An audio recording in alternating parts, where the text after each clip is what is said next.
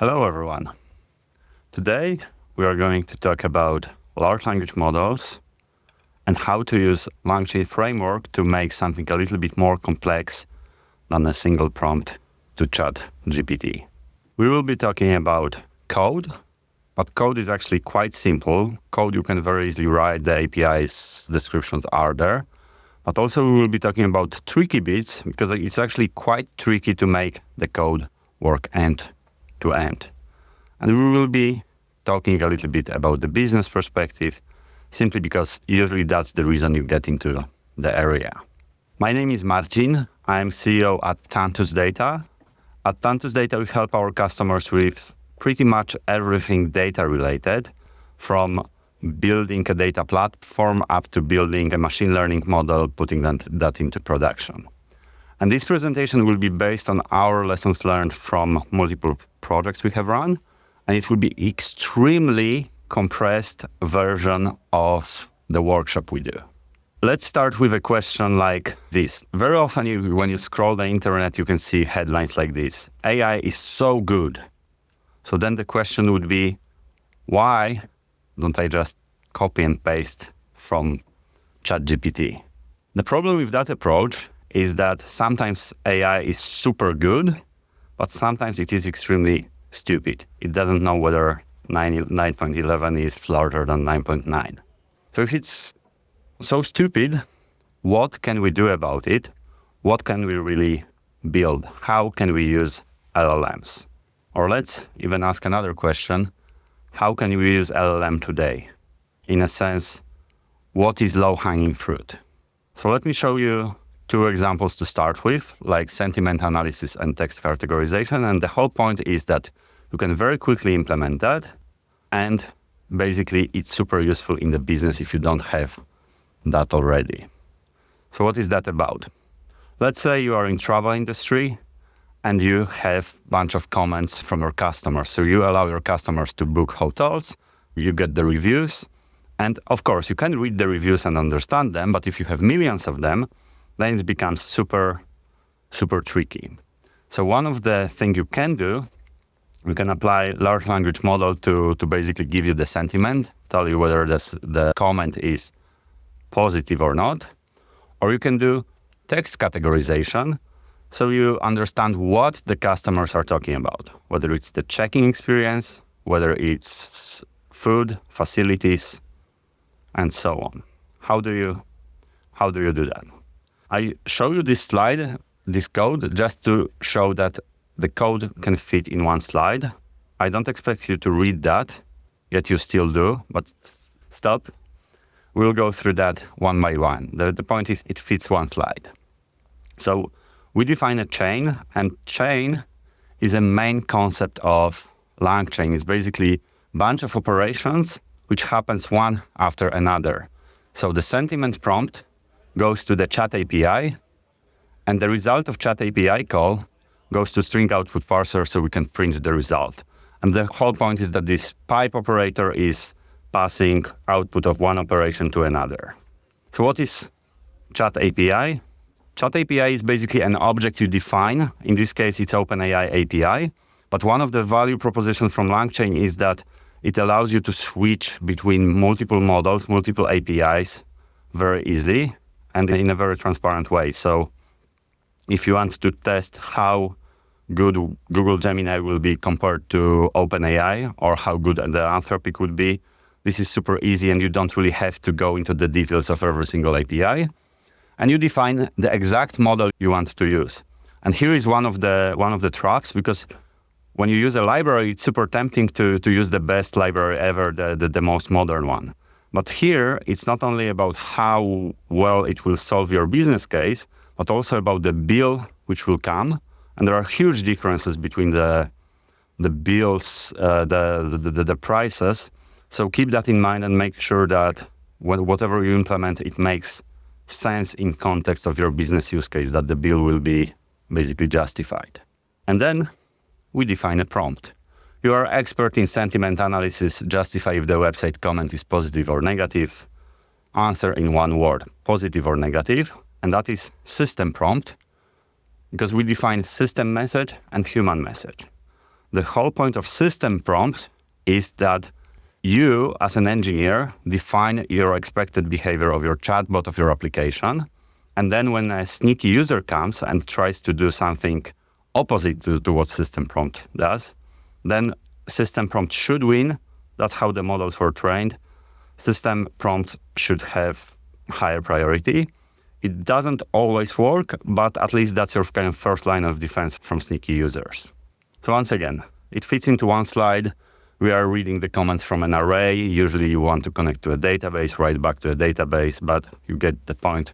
It is easy, yet in some cases, it will really not do what you ask it to do. And you could argue, okay, if the comment is, who are you, ChatGPT? It's not positive, it's not negative. The answer could be, you could argue that, okay, it's an intelligent answer, but that didn't really do what you wanted it to do.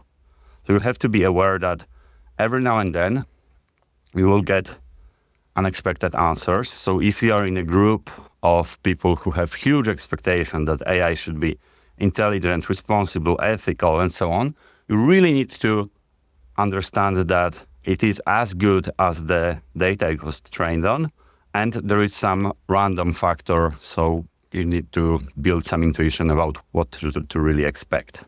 But coming back to the code and the framework, why do we need that? First of all, it's a good abstraction of multiple APIs, and you don't have to deal with details of them.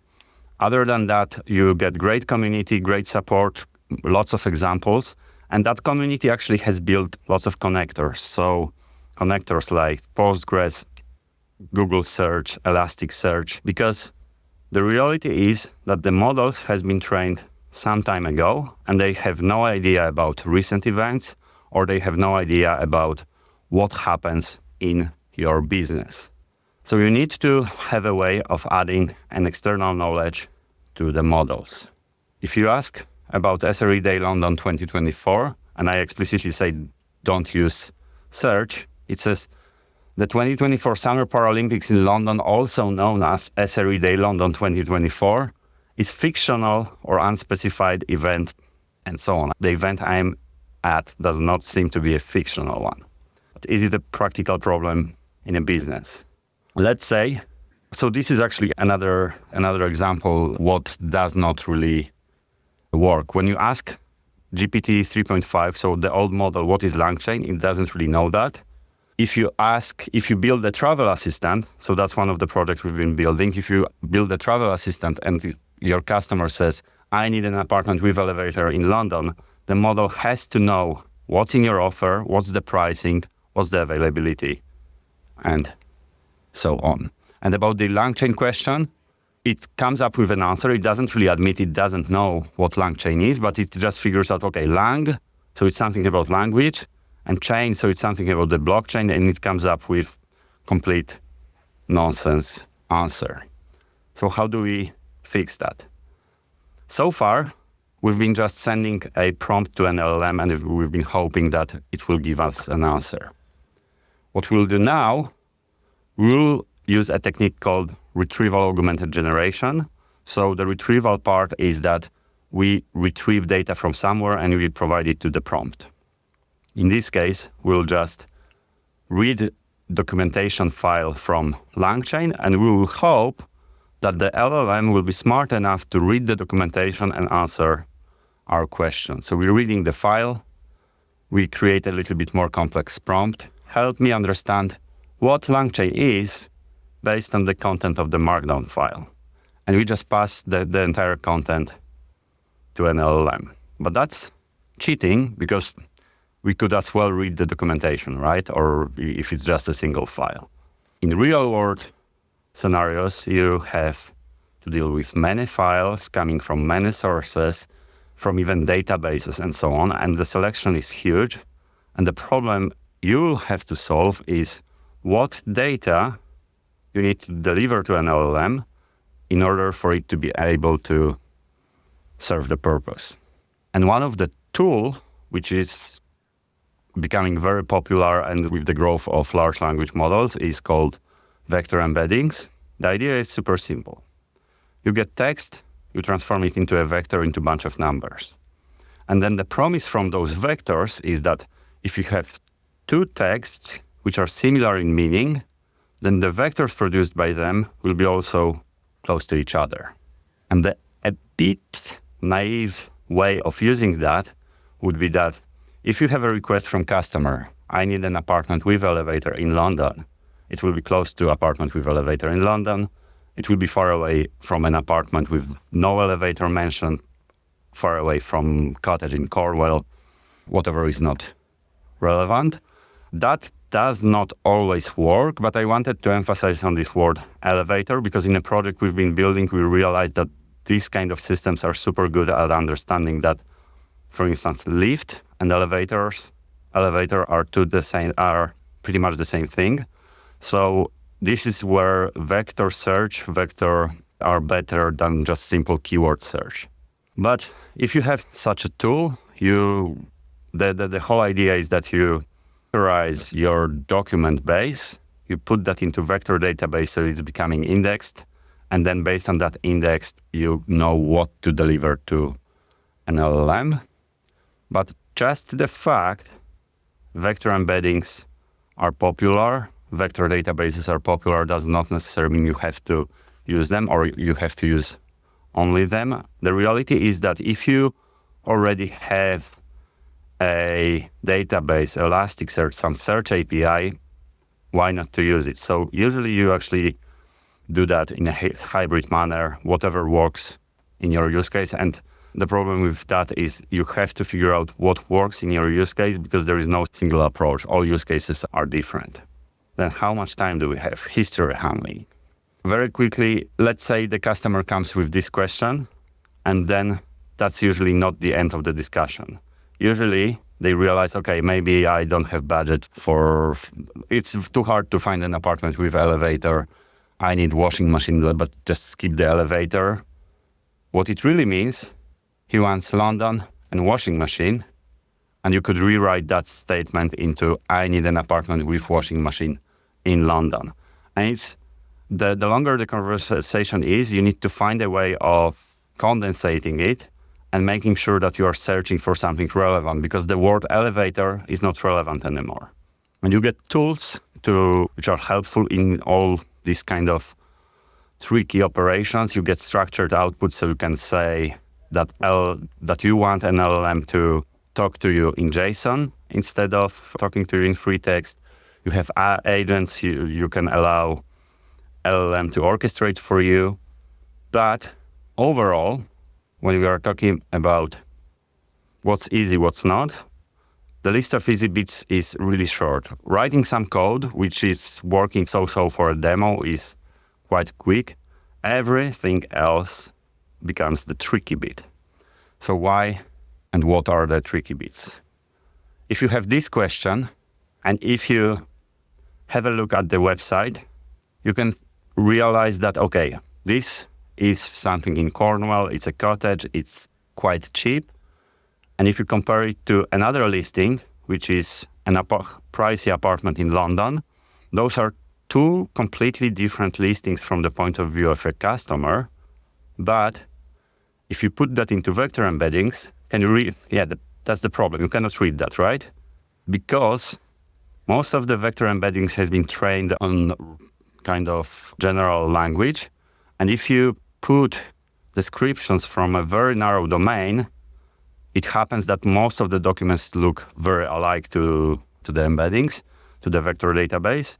And that's the problem you have to solve as an engineer. You have to figure out which out of 150 listings, which all of them has score 0.89, which of them should be sent to an LLM. Unfortunately, magic does not exist. You have tools, but you have to find a way of using them. One of the secret ingredients would be quite obvious. If you split the documents and if you experiment with them, that will help you. But that's a bit too simple, because if I say, okay, split the documents and play with, that would be like saying, okay, draw two circles and complete an owl. Something is missing in between. So you can scan this QR code. We describe one of the more advanced techniques, but overall, you have to play with size of the chunk. You have to play with context. So for instance, if you are splitting a PDF document, if you take a chunk out of PDF document, it doesn't make sense unless you keep the information about which chapter it's coming from. And PDF documents are tricky by themselves because simply they are optimized for printing, not for reading by a computer. So if you parse them, you usually have to experiment with multiple parsers and see which output would be the most readable for the LLM. And then if you are using this, if you figure out the way of splitting the documents and how you search, you can use multiple techniques for search. And usually you want to do hybrid. Usually you want to get many candidates and then having a specialized re-rank techniques for your specific use case. But all of that leads us to a conclusion that, okay, it was supposed to be AI and so smart and so on, but we are back to square one. And I would say it's not a surprise, but it's all about the data quality. It's all about providing the right data for the right use case, for the right question. It's all about careful engineering. And if you expect that this approach, shut up and take my money, if you expect that it will work, I'm sorry, it didn't work for us. I didn't see any tool which is magically solving these problems. All the tools in the area are quite new. Some of them are growing really fast, which is on one hand good, but on the other hand, it introduces extra instability. So what is tricky? Testing is extremely tricky. So, and especially testing with the real customers. So testing is tricky because you don't really have a deterministic system.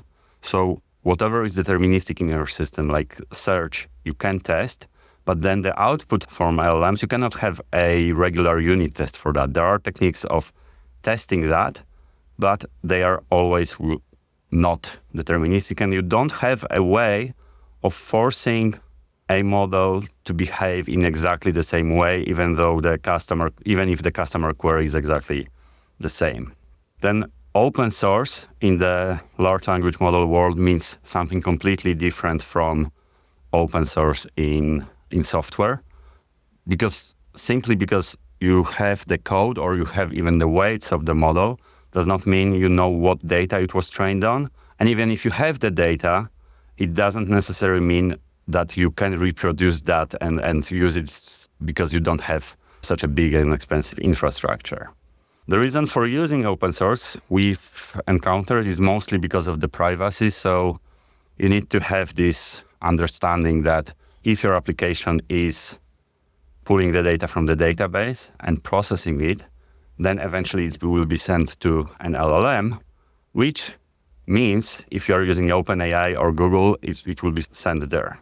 And in some cases, it is perfectly fine, and that's the easiest possible way of building a quick solution or quick prototype. But in some cases, this is just not acceptable because of the data sensitivity. And that's why one of the reasons companies are building their own infrastructure with their own private LLM. It could be the open source like Llama, but they basically control that. Then cost. Cost calculation is quite tricky in a sense. Yeah, you have the price list from the API providers, but there are like differences, like they use different tokenizers and so on. But at least there you can do back of the envelope.